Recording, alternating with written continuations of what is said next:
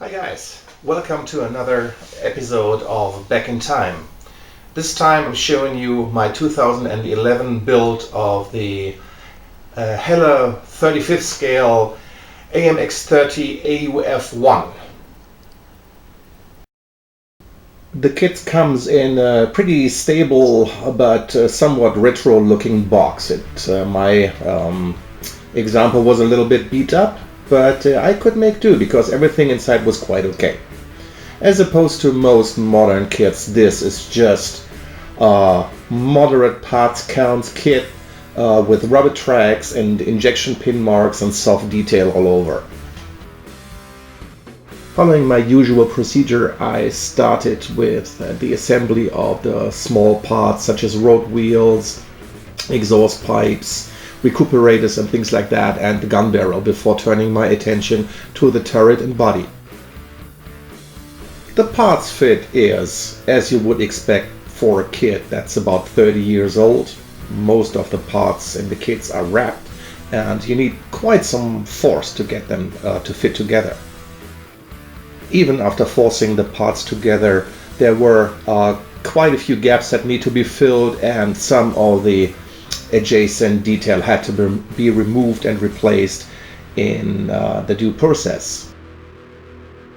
The wheel suspension part fit pretty good. I was quite surprised at that because you can have problems with that in even a lot younger kits, but this one is pretty good.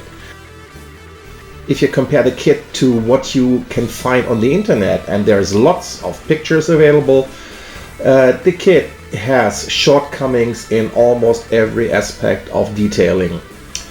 I bought myself the Eduard Photo Etch kit for the AMX30 main battle tank, but that was not a good decision. I probably used only about 3 or 4% of all the parts in that photo etch set. Quite a few exceptional builders have taken their attention to that kit. There are a lot of pictures on the internet available how you can detail the tank without using photo etch set from the market. As you can see, all of the detail on the turret has been shaven off and finally replaced with either styrene strip, brass rod or styrene stock. I have given it really a fair amount of attention, but I still feel that there could be a lot more done. But at the time I was really inexperienced in building armor, so that was the best I could do at the time.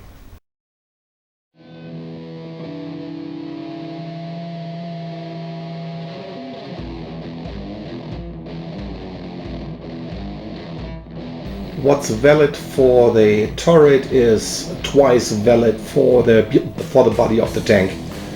A whole lot of detail had to be taken off, and soft details such as hinges and locks need to be replaced, and in some cases some parts needed to be replicated because they weren't present on the tank at all.